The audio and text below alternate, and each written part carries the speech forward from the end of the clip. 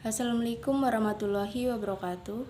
Perkenalkan, nama saya Dian Putri Pangesti dari kelas 11 BKB 2 ingin mempresentasikan tugas resesi novel yang berjudul Dian yang Tak Kunjung Padam.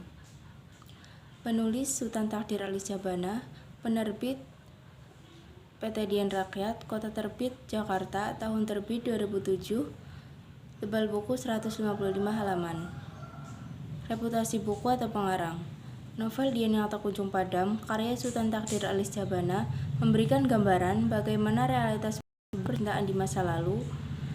Novel ini menceritakan kisah cinta antara Yasin dan Molek yang memiliki perbedaan latar belakang. Molek merupakan anak bungsu dari Raden Mahmud, seorang bangsawan Palembang yang sangat disegani.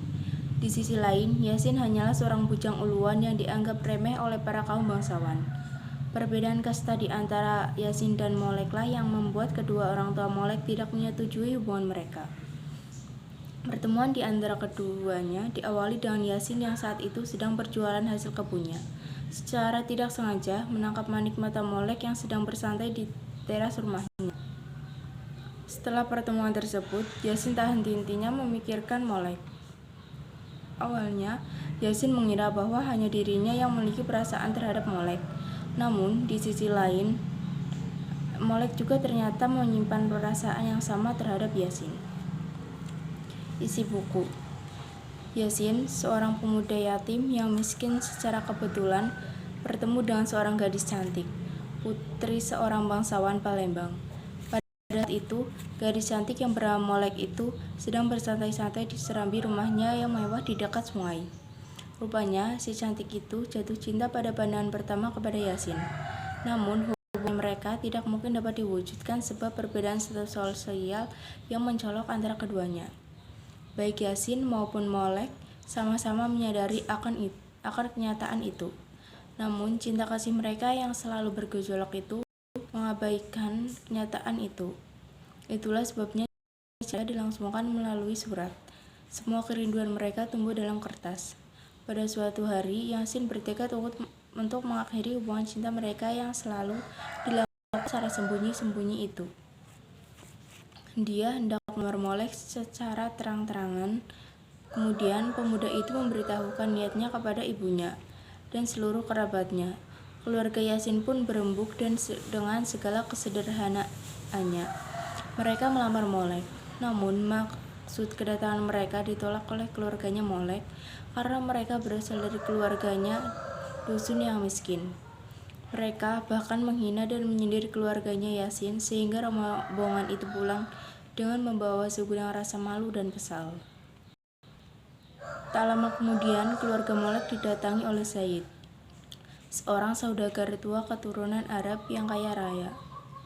Lelaki tua itu bermaksud untuk melamar Molek.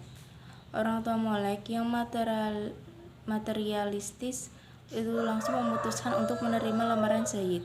Sekalipun Molek menolak lamaran itu, perkawinan antara keduanya pun tetap berlangsung. Kehidupan perkawinan mereka tidak membawa kebahagiaan bagi Molek, karena ia tidak mencintai Said. Ia pun mengetahui kalau tujuan Said menikahinya hanyalah karena harta ayahnya saja. Selain itu, perlakuan Said terhadapnya pun sangat kasar. Itulah sebabnya ia menceritakan kegalauan, kesedihan, dan kerinduannya terhadap Yasin melalui surat-suratnya. Ketika mengetahui pujaan hatinya hidup menderita dan karena kerinduannya yang semakin mendalam terhadap kekasihnya itu, Yasin mencoba menemui Molek di Palembang dengan menyamar sebagai seorang pedagang nanas. Namun, pertemuan itu ternyata merupakan pertemuan terakhir mereka karena Molek yang sangat memendam kerinduan kepada Yasin itu akhirnya meninggal dunia. Beberapa hari Yasin tinggal di kuburan Molek bersama-sama dengan orang yang mengaji buat arwah Molek. Beberapa minggu sesudah itu, Yasin pulang ke dusunnya. Beberapa lamanya, Yasin tinggal bersama-sama ibunya di Sungai Lematang. Suatu hari ibunya sakit, lalu dibawanya ke dusun Gunung Megang. Di sanalah ibunya berpulang dan beberapa hari sesudah itu hilanglah Yasin dari dusun kecil itu dan seorang pun tahu kemana perginya Yasin. Pada suatu tempat, Rimba lebat di Gunung Seminung, di Pekan Dusun Sukau, tinggallah seorang laki-laki telah lanjut dan ia adalah Yasin. Di sana, Yasin bersahabat dengan anak muda yang bernama Rahman. Yasin menjadi orang tua yang soleh dan taat beribadah, suka menolong siapapun dengan segala tenaganya tanpa pamrih. Hidupnya aman dan sentosa, seakan-akan setiap waktu disinari oleh cahaya ilahi. Kekurangan dan kelebihan buku. Kekurangan dari novel ini terletak pada gaya bahasa yang terlalu tinggi sehingga sulit untuk dipahami dan dibaca.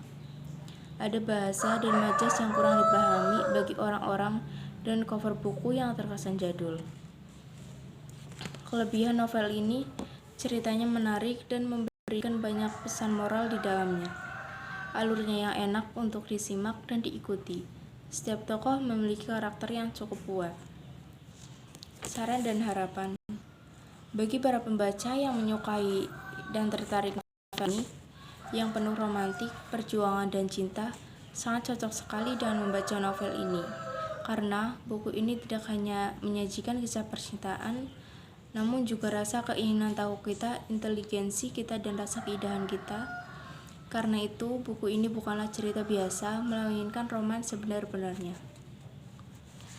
Sekian, terima kasih. Dari resensi novel Dian yang tak kunjung padam.